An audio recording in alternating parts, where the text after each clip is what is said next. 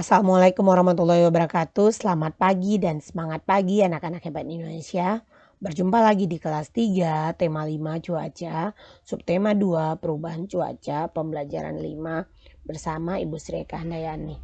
Anak-anak, sebelum kita mulai pembelajaran, jangan lupa berdoa menurut agama dan kepercayaan masing-masing. Berdoa mulai. Selesai.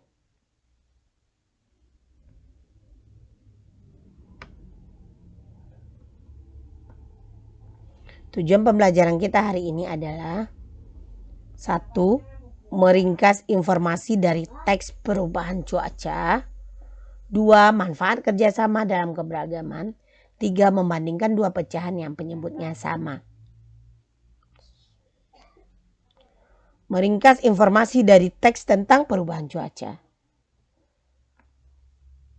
Anak-anak, kita dapat menemukan berbagai informasi dari sebuah teks. Kita pun dapat menuliskan kembali informasi-informasi yang terdapat pada teks tersebut. Akan tetapi, perlu kita cermati bahwa sebuah teks biasanya tersusun dari banyak kalimat.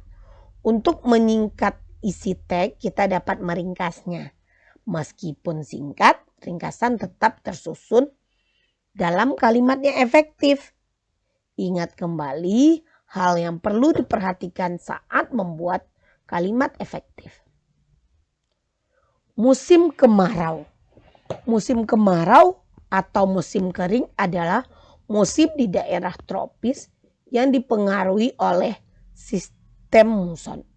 Musim kemarau disebabkan oleh hembusan angin muson timur yang bertiup dari benua Australia yang bertekanan ke maksimum ke benua Asia yang bertekanan minimum. Hembusan angin ini sedikit membawa uap air sehingga Indonesia mengalami musim kemarau. Saat musim kemarau, curah hujan sangat sedikit. Biasanya diikuti dengan daun-daun yang menguning. Cuaca pada musim kemarau sangat panas. Di beberapa daerah yang mengalami musim kemarau yang panjang, akan dilanda bencana kekeringan. Saat musim kemarau, sinar matahari banyak terlihat dan bersinar sangat terik. Anak-anak ibu, pada musim kemarau ini kita juga harus berhati-hati karena pada saat kemarau ini udara panas, juga kadang kekeringan. Jadi anak-anak ibu seperti ayahnya seorang petani, kalau musim kemarau ini sangat berpengaruh kepada sawah-sawahnya. Jadi kita harus memperhatikan keadaan cuaca. Begitu juga anak-anak ibu, selain musim kemarau mungkin nanti juga ada musim hujan. Ada juga musim hujan itu anak-anak ibu mungkin terjadi petir atau guntur. Mungkin juga ada yang lain seperti kita membaca cerita tentang musim kemarau yang lain atau tentang angin laut atau tentang hujan. Kita bisa mengambil ringkasan dari cerita-cerita yang panjang yang kita baca. Seperti ini, musim kemarau. Musim kemarau dari cerita yang kita baca, apa sih ringkasan yang bisa kita ambil?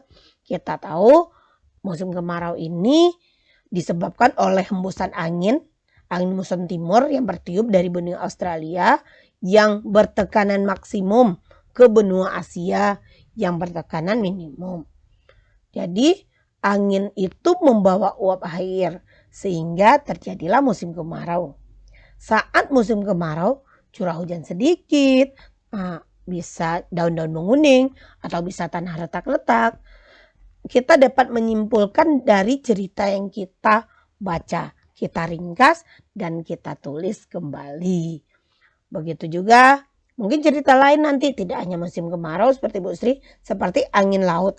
Angin laut itu kan biasanya bergerak dari laut ke darat. Mungkin itu ada ceritanya. Nanti kita ringkas apa atau kita ambil yang penting-penting dari cerita. Mungkin tentang hujan atau cuaca yang lainnya. Semoga anak ibu paham. Kita membuat ringkasan, tetapi ingat harus efektif kalimat yang kita ringkas tersebut. Selanjutnya, manfaat kerjasama dalam keberagaman. Manfaat kerjasama dalam keberagaman.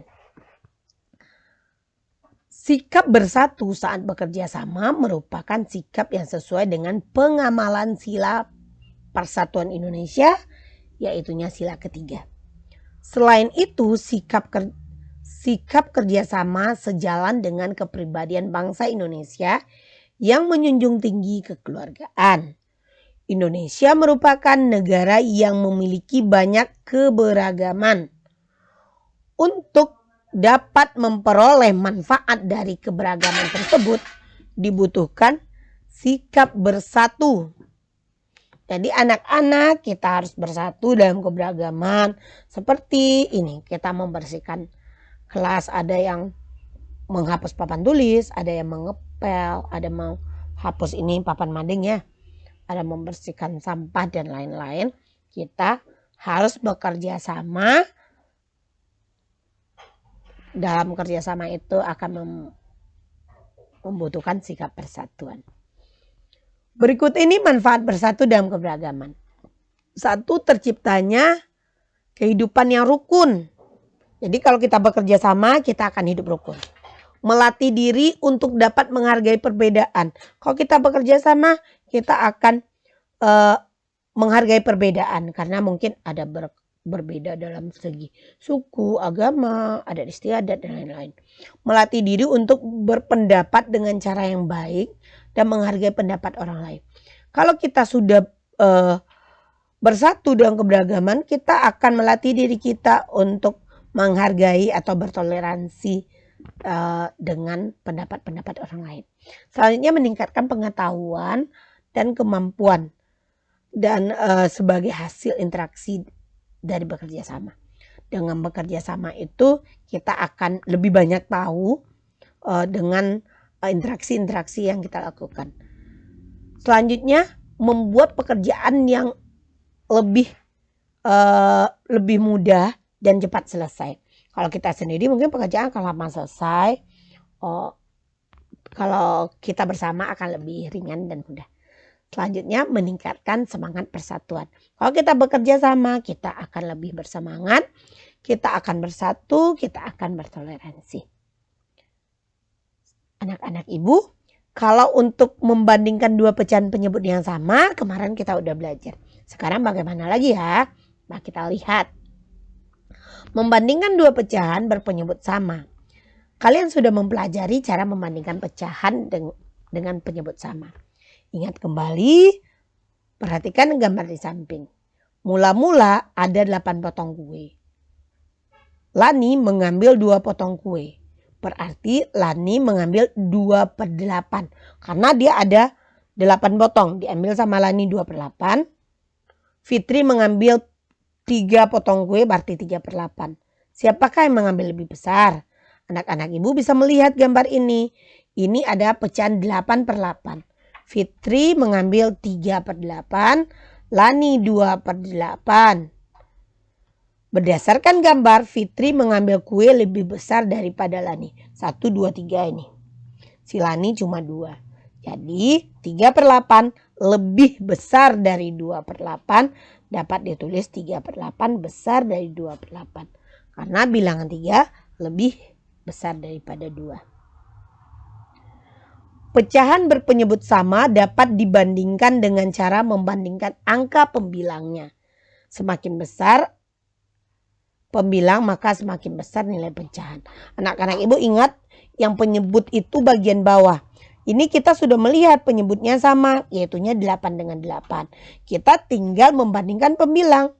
Nih, 3 dengan 2. Mana besar 3 atau 2? 3 berarti lebih besar. Atau 2/8 kecil dari 3/8. Kalau penyebutnya sama, kita tinggal melihat pembilangnya saja.